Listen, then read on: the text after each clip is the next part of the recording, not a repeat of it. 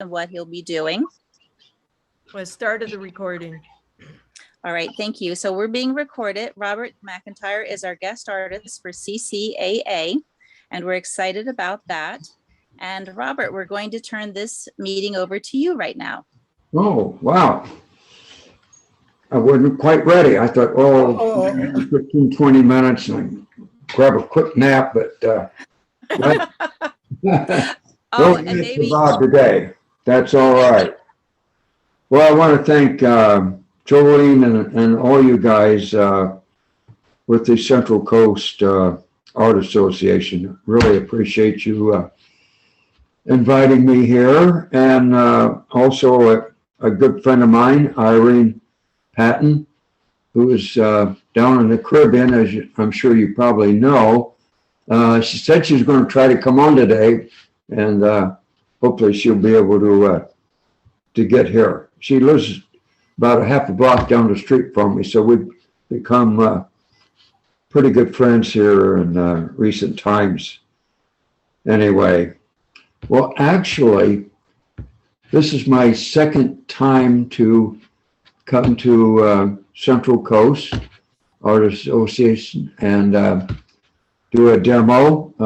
First time was, I believe, in about 2014, around February. So if any of you were members of the Central Coast, why, this is the second time you see me anyway.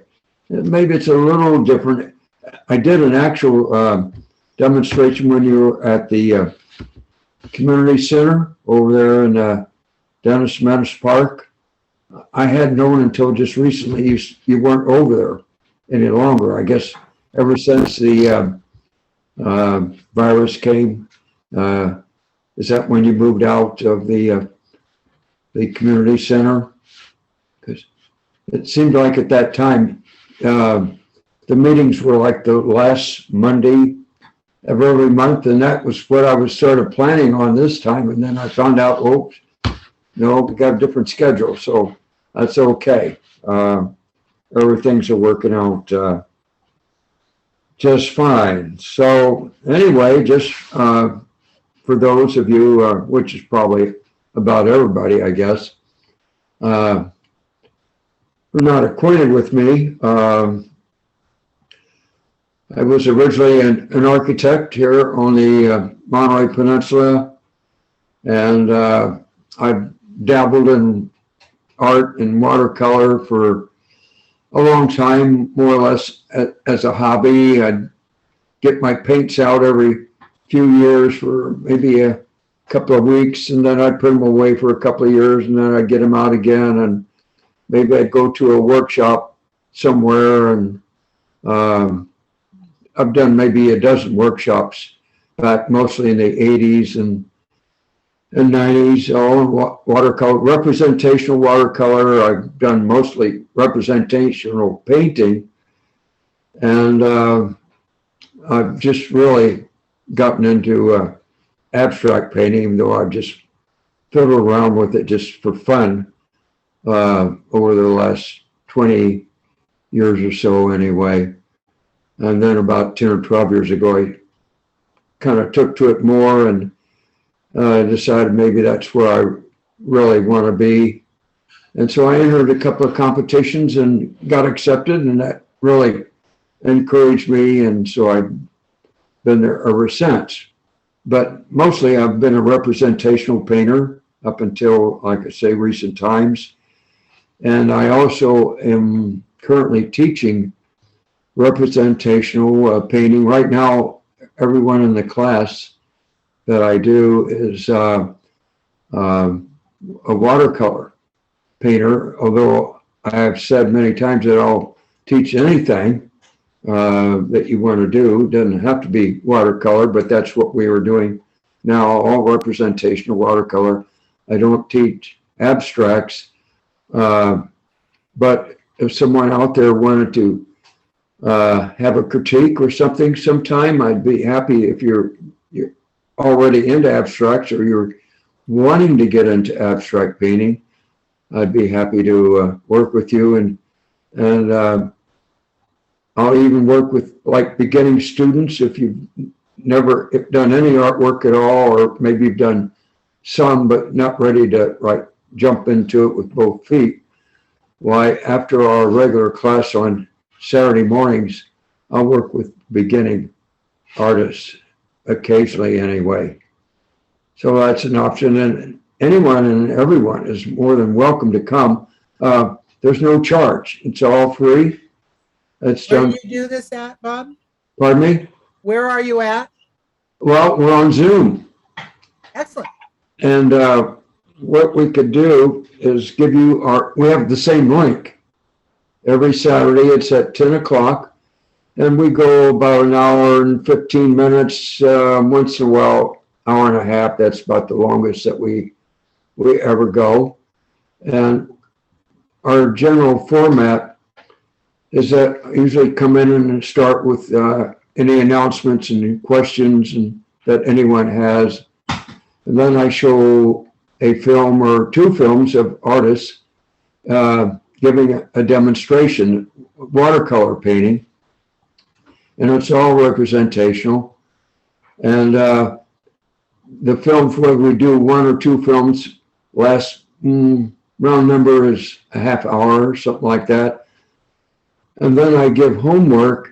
And then after the film, we look at everyone's homework, and the artist that did it tells about it. And then we look at it and give comments and so forth. So we've got a real solid group going, and they're just great fun to be with. I just love all these guys that come every Saturday morning. We're starting our 5th year. When we started out, one of the girls by the name of Marilyn Kodami, she came to me and asked me if I would teach. And I said, well, I've never taught anything in my life. Never had been interested in teaching, but she said, well, why don't you give it a try? And so I said, okay. And that was 4.5 years ago.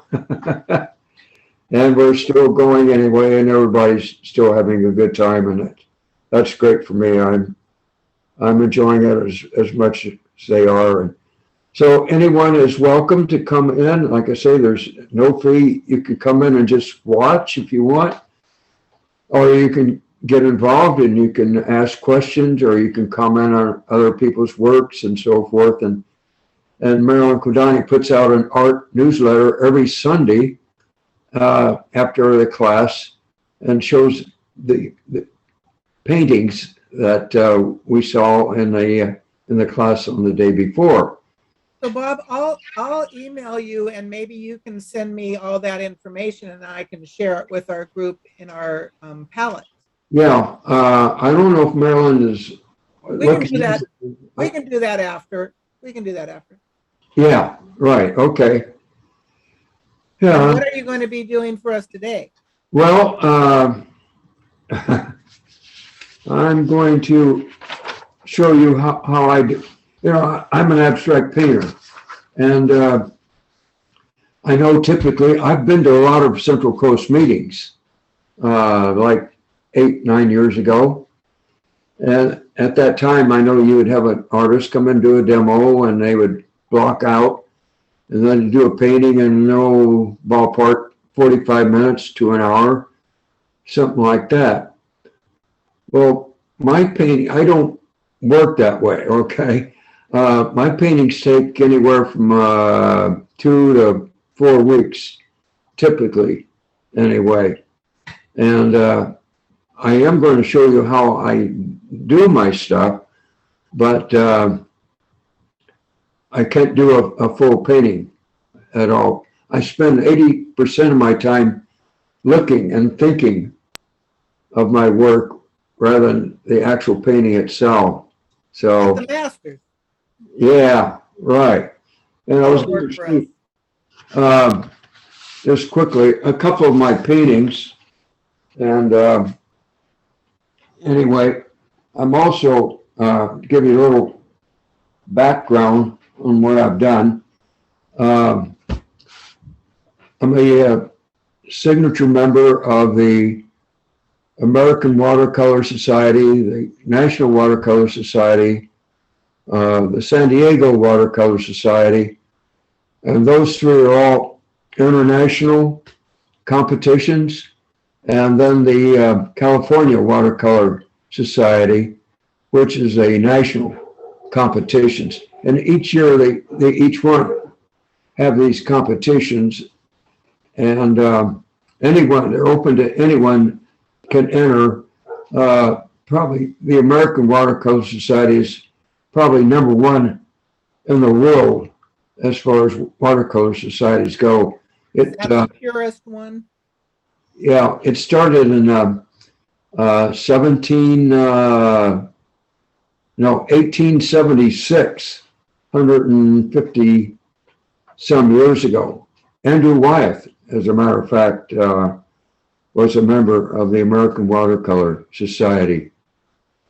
So, and I'm a signature member of those three, and I also was invited to be a judge for the American Watercolor Society 3 years ago. And typically they get 1,200 artists from all over the world to enter their shows. And what determines usually the number of artists that enter is money. The bigger the prizes, the more artists you're going to get and the better quality. There's just some super good artists all over the world. You just can't believe the quality of their work, particularly Southeast Asia just has lots and lots of great painters down there. I love their work. I'd like to go down there and spend about 3 months and just hang out with those guys anyway. So anyway, I was going to show you a painting or two right quick, and then I don't know how this is going to work. We'll see.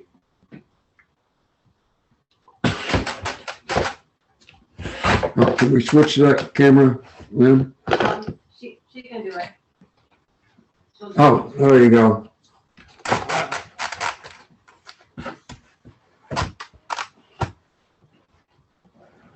Well, that's about as good as I'm going to get. Anyway, to get signature membership in these various competitions, you have to get accepted 3 times. And like I said, with the American Watercolor Society, they get about 1,200 entries, and about 10% get accepted into their show. So to get into their show is really quite an honor. And if you're fortunate enough to get an award after you've been accepted in the show, that's an extreme honor. And I don't know if you can see this, but if you get an award, you get this little plaque down here at the bottom that they put on there. And I was That's awesome. Yeah, this What a painting, great achievement. it was an honor, like, it just blew me away. I couldn't believe it. But yeah, I'll explain some of these markings with some of my stuff here in just a minute. But this was the third one, my third, and this is the one that got me signature membership into the American Watercolor Society. And the other two I have downstairs in my gallery. Anyway, I got one more I'll show you, which is quite different from this particular one, but it's just one of my favorites anyway.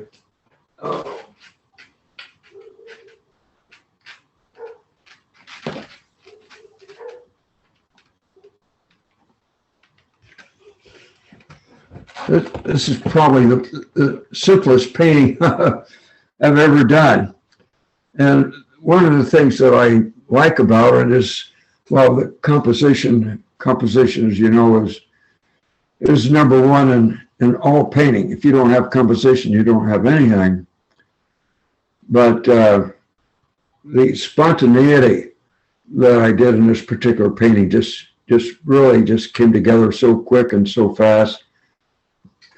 This was in the, this year in the California Watercolor Society's annual show. And I just got it back a couple of weeks ago. Up in Pleasanton is where they had their show this year. They have it in different cities. It's not always in the same place. But you can see this is all watercolor here. And then I like to do marks. And I use like watercolor crayon.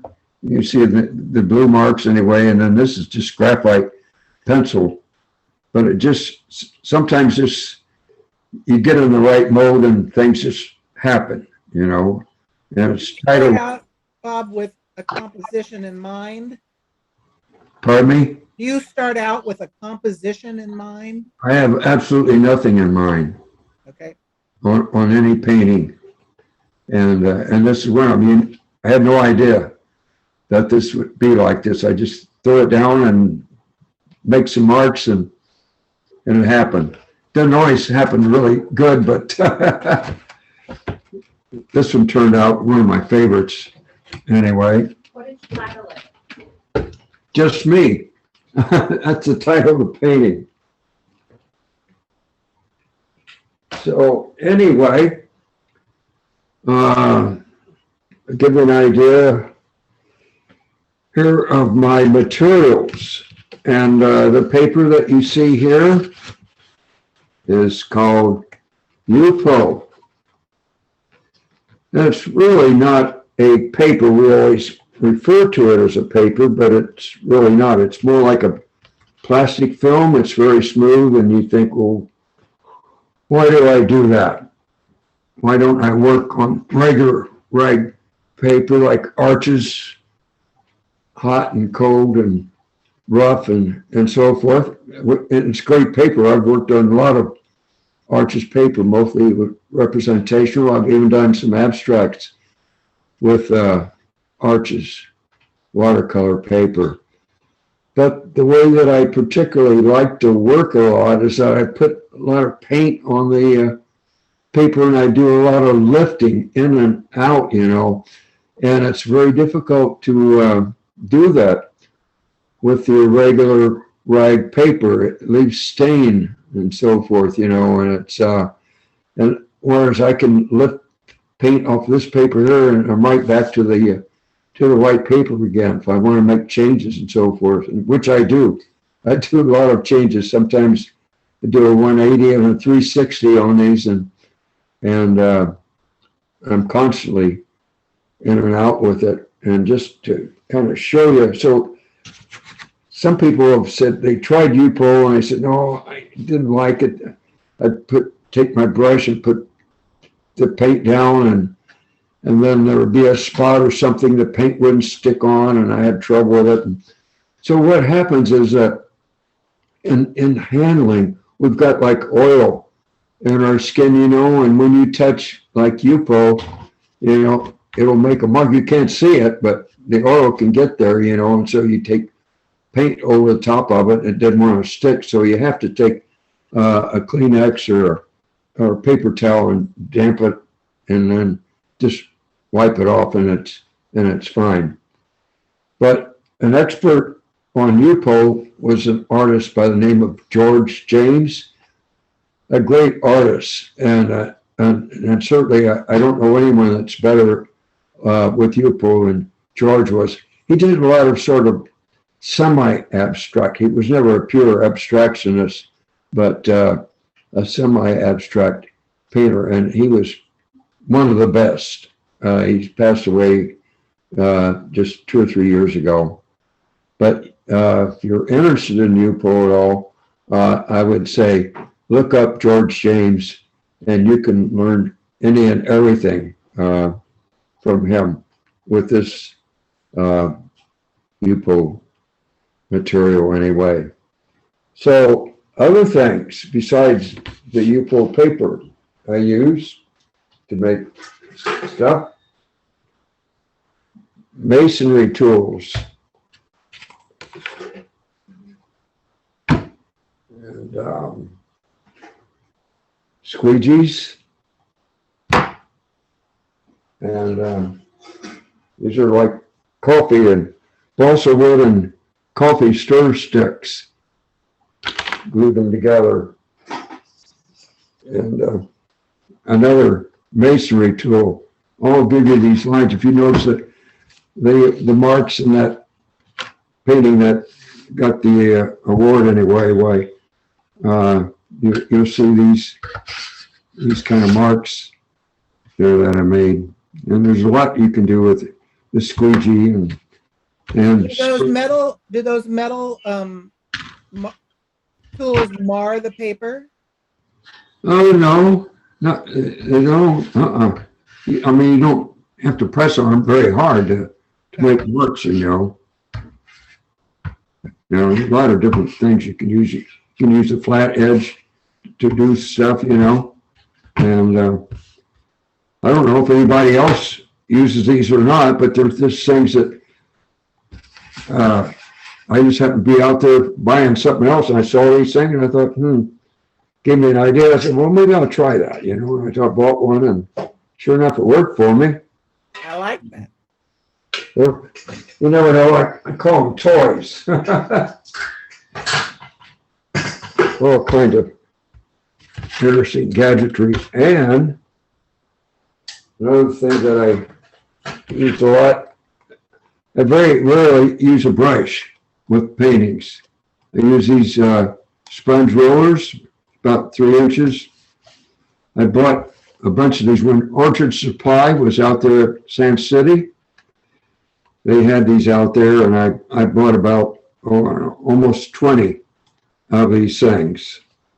And that's what I use to put paint on the paper. I'll show that in a minute, how I do that anyway. So, and then I also use, for my paint, I use these butcher trays. These are like 8 by 12 inches. And each tray I put a color in, and then sometimes I use just this color, or sometimes I might make another color with 2 or 3 different colors together in these, but I use that with these sponge rollers. And that's how I apply my paint. And I'll show you in a minute here. I'm going to do that. I also do a lot of spritzing. Not every painting, you know, these are things that I use once in a while. I'm using less and less tools than these things here. You know, you can take, I can stamp this into a painting tray, and then I can make marks with it if I want to. I'm using less tools than what I was anyway. So anyway, I'm going to just show you kind of how I start and do my work. Anyhow, I mixed up a couple things. Actually, these colors that I picked here today, I've never used together before. So this would be kind of a new experience for me a little bit. Anyway, so now, there we go. So we'll see. Let's just have a little fun here today.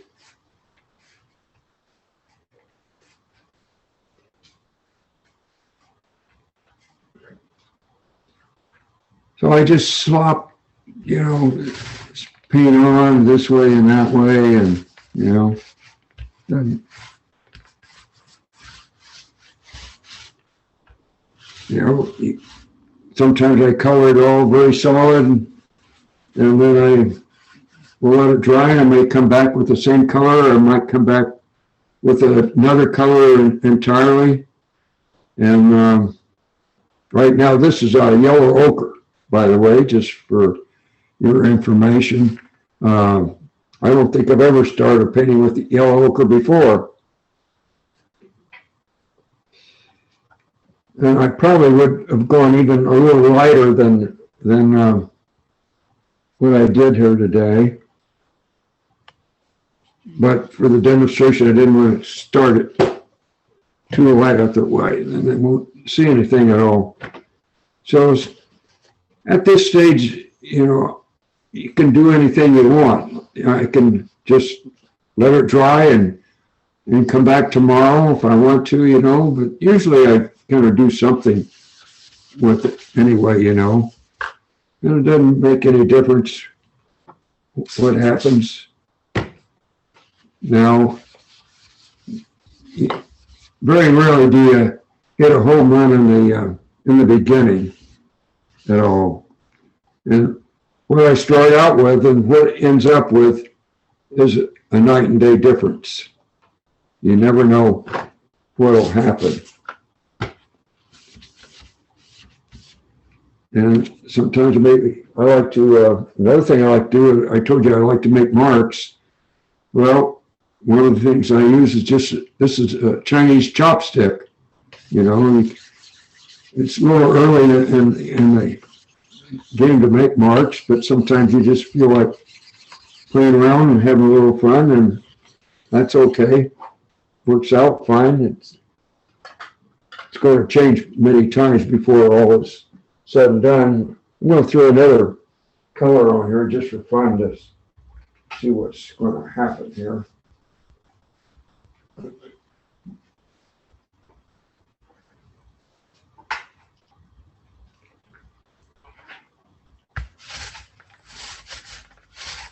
It's really soupy stuff.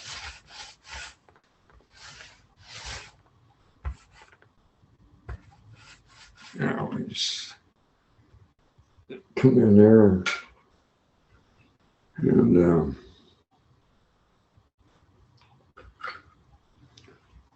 it's kind of interesting. A little bleeding there.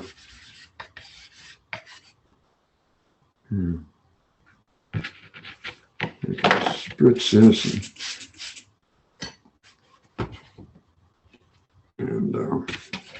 and sometimes maybe I'll try to get it to run a little bit.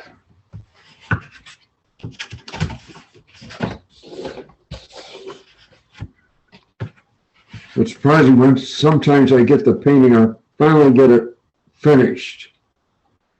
And I think that's it. And, I'll look at it and say, well, I don't know. Something's not working here, And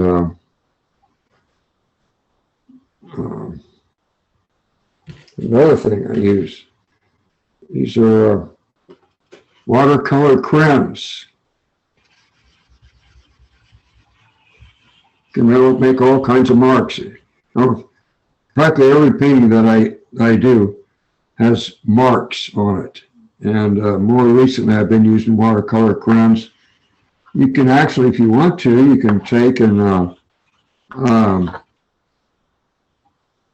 once it dries, anyway, you can come back over your crayon marks and put a little water on them, and then you can smudge them and get different effects and so forth. There's all different things that you can do. Most of the time, I wait till it dries before I get in with the serious marks, more of the serious things. So probably at this, what I've got right now, it looks like there might be some possibility here or something. And I'll let that dry and sit overnight, and I'll look at it tomorrow and decide, well, do I want to stay with it, or do I want to come back into it, and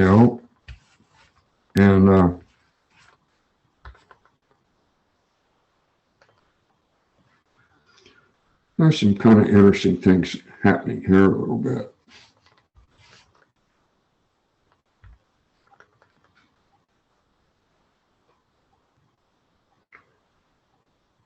but it'll go through probably many stages. It'll come back. The colors that you see there now could be entirely different. This could become a green, and that could become red or a black, any number of things. But there's some interesting things actually really starting to happen with this one right now.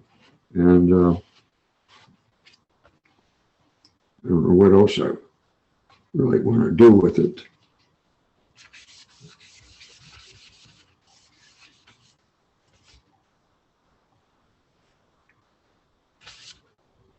Once it's dry, Bob, and you put another layer on it, does that reactivate quickly the paint underneath it? It can, yeah.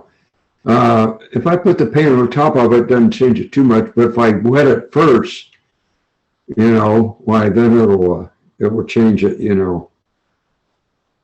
But actually, there's some interesting things that are really starting to happen in this particular piece through here. And Is this a point where you start thinking composition? yes, and actually almost sooner the better. Sometimes I don't, and I get myself going, and all of a sudden it's not working, and I'll sit back and I'll look at it and look at it and look at it and figure what's wrong, and almost always it's because I've made it too complicated. I've got too many small things going, and if I come back and simplify the composition, then it starts to come together. And because like I said before, I said, if you don't have composition, you don't have anything. Composition is like number one. Number two is values, and number three is color. I know from experience using this once or twice, but it was very frustrating because putting down the paint, it lifts or moves around. So it wants to help you paint, I guess. When you're using your tools, those metal tools or those stamping kind of things, Right. Yeah. does that move it around also? Oh, sure. Yeah. I'll try some here. Show you.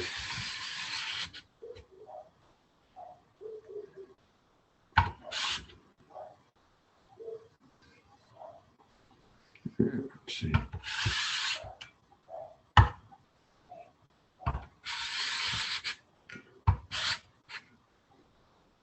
Yeah, you can just have all kinds of fun. Do you ever use like a cutting knife to apply the paint?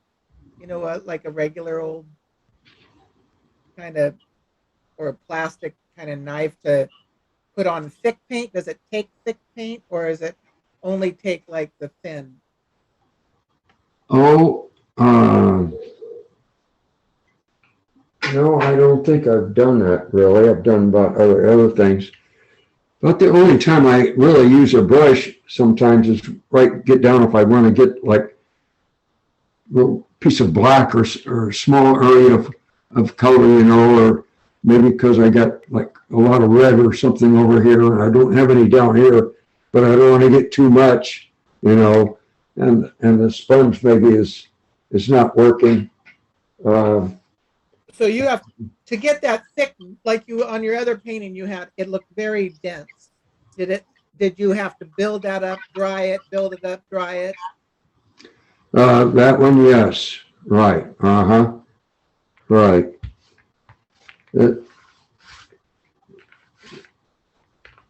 It's hard to say. No two paintings are really quite the same, And I'm just messing around with this thing now. Well, it's interesting to see how that paper reacts, because I know it's like working on a piece of plastic. Right, yeah. And see, I can put it down and I can say, oh, I don't like that, I can come in here with, these paper towels and just take it out, Sometimes, I've got myself, I'm going like this, and then all of a sudden, oops, stop, Bob. Don't do any more. And then you end up doing something really nice, that you totally didn't expect at all. You never know. It's what I call an adventure sometimes, you just got to go get into it. And sometimes, of course, I usually got some nice jazz background music going. That kind of inspires me a little bit too, And so you can just play with it all you want and have all kinds of fun.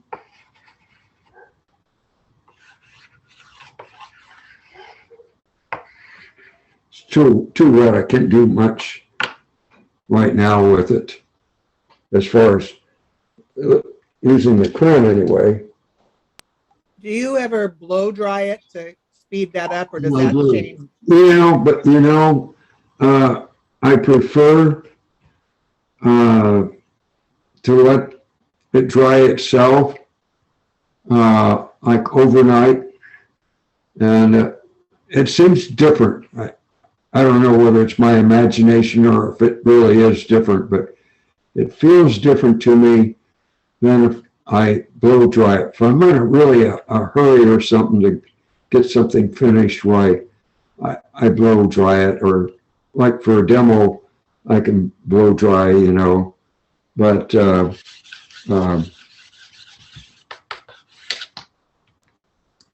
Where do you get your Yupo paper from? Just the... I buy it right downtown here in Pacific Grove at Imagines. Oh, excellent. Yeah, right. The standard, the standard rag paper is 22 by 30, and the Yupo paper is 20 by 26. Not a big difference, but a slight difference in size. But I'm, as I mentioned earlier, I'm in the Carmel Art Association, so anytime you're over there, or Carmel, and drop by the art gallery and you'll see my work over there. Next year, the art gallery is going to have a show just for the abstract artists in the gallery. We have 90 artists, and 10 of us are abstract painters. So they're going to give us a show next year, and so we'll see what happens. It'll be interesting. There's a couple of other painters over there that have just been there like a year or so, young, new abstract painters, and they're good. And so I think you'll find some interesting work. You'll have to let us know about that. What about framing Yupo paper? How do you go about framing that? How finding it? To frame it, do you frame it like watercolor, or? Oh, just the same way, just the regular mat. I always double mat.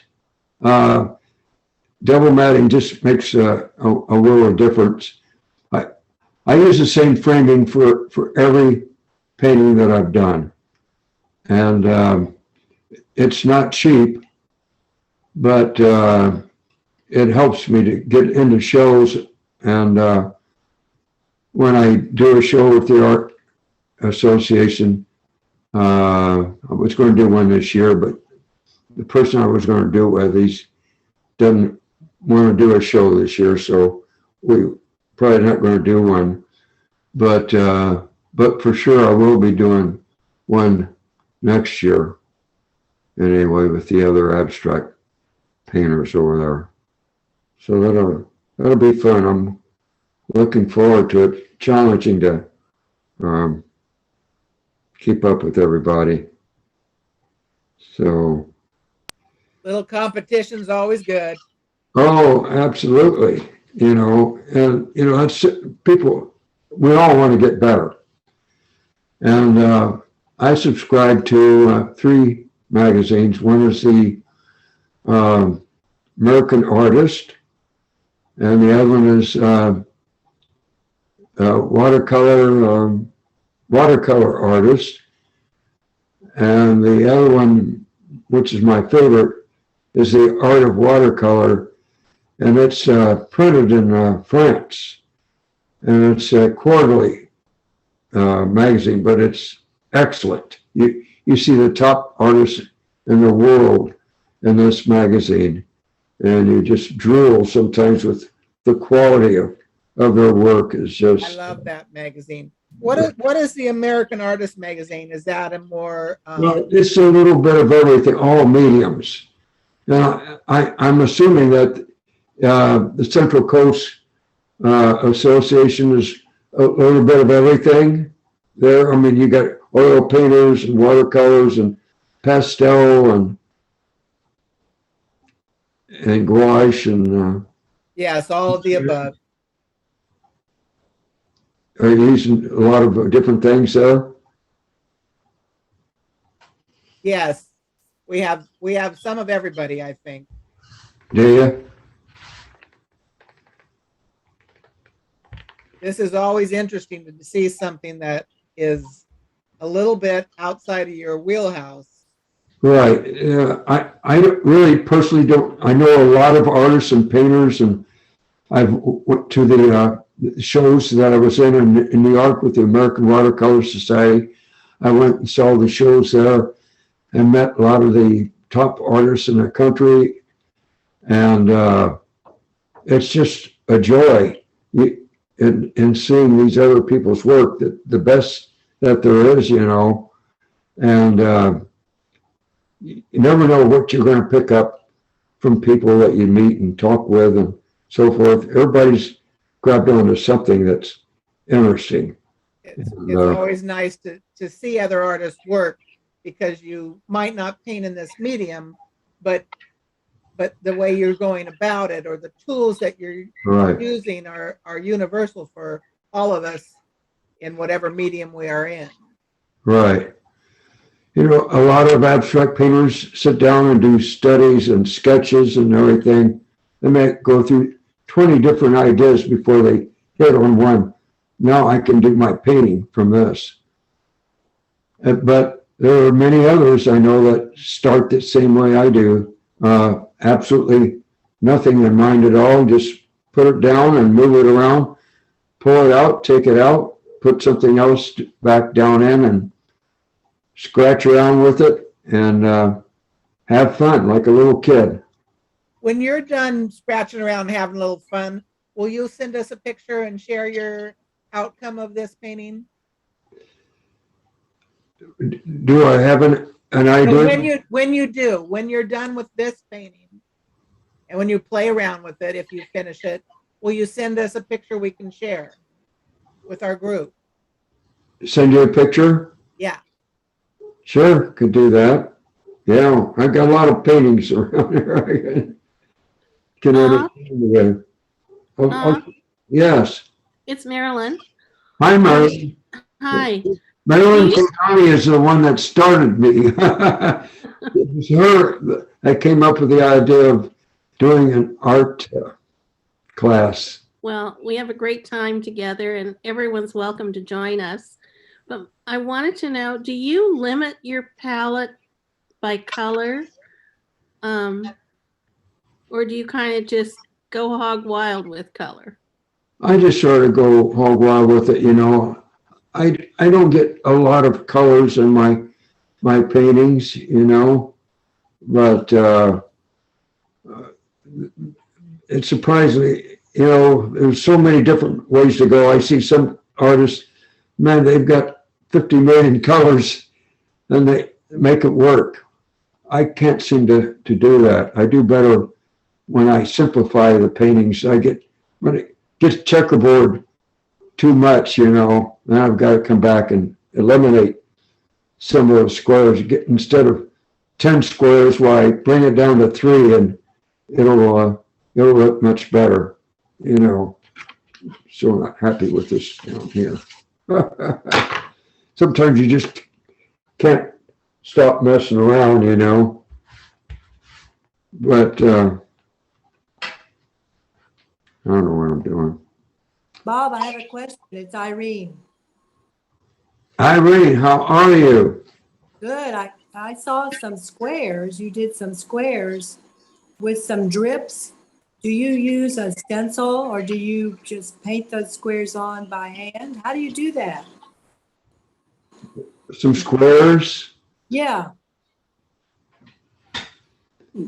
One of your last paintings had a bunch of squares with some drips. I think the picture that you sent to the CCAA. How do you do those squares? You mean just like drawing one like that? You're talking about? You know the picture that you sent to the CCAA that they used for your intro? How did you do those white squares? And they had drips of paint down through them. Irene, are you talking about really small squares in a row? Yeah. I think that was Yeah. from the trowels that he used. If you trowel this way and this way, Oh, you'll get a square. Okay. you talked about this tool here? Those are lines? Arrow thing, huh? No? Looked like squares and then you had drips. The picture that you used for the CCAA intro. Just curious. Yeah. You're not talking about that painting I showed you earlier, right? Yeah, that's right. Oh. Well, I gotta move this other one out. Let's see.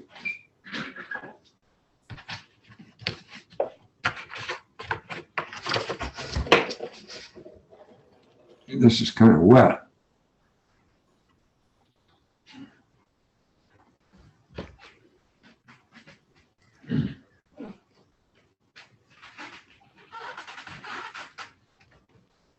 You don't mean this one, do you? Irene? Oh, I love that one. That's wonderful. What- No, it's the one that Bobby put it on our invitation tonight. oh, It's the one you used for the invitation. That was from the Carmel Art Association website. I wondered how Bob did those squares. It looks to me, Bob, that maybe it's just your roller in certain applications, although it does look like there might be something that was embossed and then rollered over. It's that red and blue painting with a little purple. Ask him to show you a picture of it. I don't think he has that picture. I'm I think it looking. was- I'm looking. This Okay. is Bobby. I'm looking. Huh. Oh, thank you, Bobby. I have to see it. Well, I don't know, Bob, if you can see me up here. This is the one they're talking about. Probably pretty little. Oh, yeah. No? Yeah. It was something from the other art association that was on their website. This could have been an older painting. Yeah, right. Yeah, I can't picture it. I know when I see it, oh, yeah, I know that now. But yeah, right offhand, I can't That's okay. remember. okay. what it was. Here. Yeah, I was looking around for another one here. I just wondered if, I know with watercolor paper, if you use something like the metal thing, it might emboss the paper a little and it, might fill in or instead of pull it away. Does that happen on Yupo? Does it leave like scratch marks? Yeah, well, it could, actually, yeah. Here's another one that I'm working on now. it's getting close, but a couple of things that I still do. Tell us what you like about this painting. I think for right now, I'm liking the composition that's going on here. I like the movement that's going on. I like the spontaneity that's happening. You see these marks that I love to make, the scratching up there and so forth. Right now, I'm thinking that I need some red, some of this red over here to balance the composition a little more. And I think it's pretty close. Maybe I might like to get a little more, this area here, a little more white in here. I want to get just a little more contrast overall, and it's kind of hard to do, and I don't want to go too far with it. There's always that point where... So is that color in the middle a stain from the previous mark?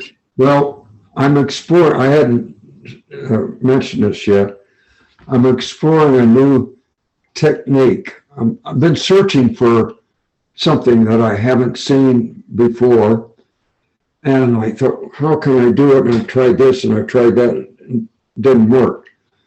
So what I've come on to, giving you my secrets here, is I'm taking white acrylic on my Yupo.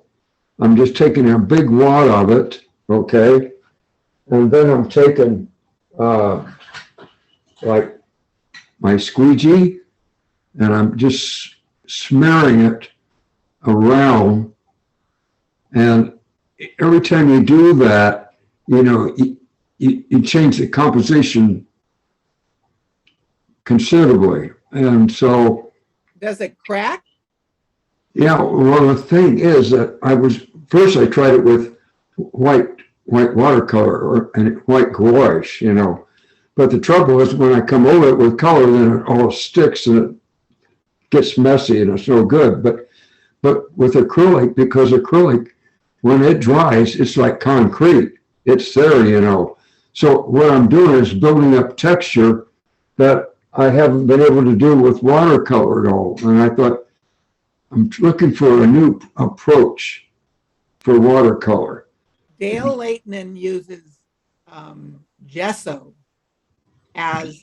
Right, you could gesso also, right, would probably work. I haven't tried that. But right now I'm just using a regular acrylic paint. You know, I'm using, you know, basically house paint is acrylic paint. So I can buy a gallon bucket of acrylic paint for this cheaper than I can buy the regular acrylic tube paint at an artist store. You know, you pay $30 for a little tube and I can get a gallon for the same price and use the same stuff and smear it around with my trowels and everything, you know, and then you let it dry. And then you come over the top of it with watercolor. And when you do that over just the Yupo paper, you get one effect. But when it gets to the acrylic that's hardened up, you know, it is another effect. And it's really interesting, the interplay of that connection, you know. And I'm still in the learning stage, playing around with it, and I just haven't had enough time to. I just wonder if the does it feel slick like the Yupo also? Yeah, the acrylic gets very slick, but you can texture it and make it rough if you want to anyway, and then let the paint come over. Then you can spritz it, and you're going to get an entirely different effect than just putting it on the Yupo paper, you know. So you get a variety. All of a sudden you got Yupo paper and you got acrylic, both in the same place, and you're putting the same paint on both of them, but you're going to get a different effect from each one. Can You you, never know what's you can gonna use, really you happen. can use acrylic paint on Yupo paper. Yeah, I never heard of it, you know, but I just kind of, I don't know, it just popped in my head one day. And I thought I'd try it, and I'm still in the early stages with it, you know. I haven't come to a conclusion to say, well, it's this the way it is and so forth, you know. It's still experimental right now, but I'm having all kinds of fun doing it anyway. And I got some other pieces around here that are take me a while to get everything together. I don't take up too much of your time. We're at 5 o'clock. So anyway, I think that's probably all I can think of right offhand anyway, but I would encourage everybody who wants to get better, right? I go to museums as much as I possibly can.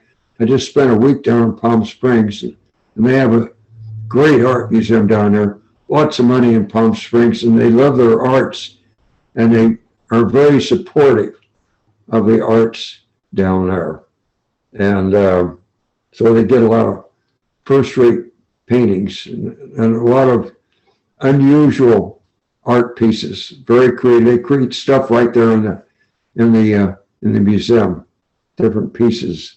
I've been a member there for 25 years down there, as well as the Young up in San Francisco and the Museum of Modern Art and so forth. So going to museums, magazines, inspiring. Every time I go, I get inspired by something that I've seen, you know, and so I got inspired this last week. I can't wait to get back into the studio here and get some new stuff going. But yeah, this is my latest piece that I'm working on. It's almost there, but not quite. I got a couple more things. But the other surprising thing is that I'll do a painting like this, and I'll stand back and look at it. I usually rotate when I get to a certain point. I start rotating it around. I look at all four sides, and I can see things that, oh yeah, I can see it. An area here is weak, need to strengthen that I didn't see when I was looking at it from this view anyway. And then 50% of the time, when I paint it like this, and I'll end up, a vertical painting and not a horizontal painting after all. 50% of the time, my paintings end up different than the way I originally painted them. That funny? And a couple of times I've taken paintings to the art gallery. They like to get paintings, at least one new painting every month. And one time over there, they had hung the show, and then they always had before the virus anyway, they would have a monthly opening, and they'd have hors d'oeuvres and wine and that kind of stuff, And I walked in there and I saw this painting. I says, "That looks like one of mine. Is that my painting?" I went over and looked at it. I says, "Why does it look so different to me? I really like it a lot now." And I told him I want to take that painting out of here and I'm going to enter it in the show. Didn't like that too much. But it's happened 2 times actually altogether where I'd taken a painting over, and once I saw it hung, I liked it better than I did here in the studio, and pulled it out and then entered it in one of the art competitions. Never know what'll happen. But you can see in this particular painting here, it's called Storm Coming. It's got that very loose fact, and like wind is blowing and the sand is in an abstract fashion, and it gets real murky over here, like waves or mud is being thrown around against a wall or something, and these other things can be anything. that comes to your mind, you know. But always thinking of composition, like I say, if you don't have good composition, you don't have anything. So anyone that is thinking of wanting to get into abstract painting, the first thing that you have to consider is composition. How well can you do composition? If you haven't taken a class in compositions, you should, or just look a lot at good compositions. Actually, my most famous painter of all is Andrew Wyatt. He is the grand master of composition. Just look at his work and you will see, and you can learn composition from looking at his work, because he was super good. You know, I've got probably 4 or 5 of his books. But there's a lot of other artists too. But if you look at the top art show in the country or the world, and that the Art of Watercolor magazine, it's expensive. It's only, like I said, it's quarterly. It's about $17 for an issue. But you'll see the best work, and you'll see excellent composition in this magazine. Anyway, so anyway, that's about all I can think of today. If any other questions, why, I'll be happy to try and answer anything. Would anybody like to ask a question? Just unmute yourself. You can ask Bob.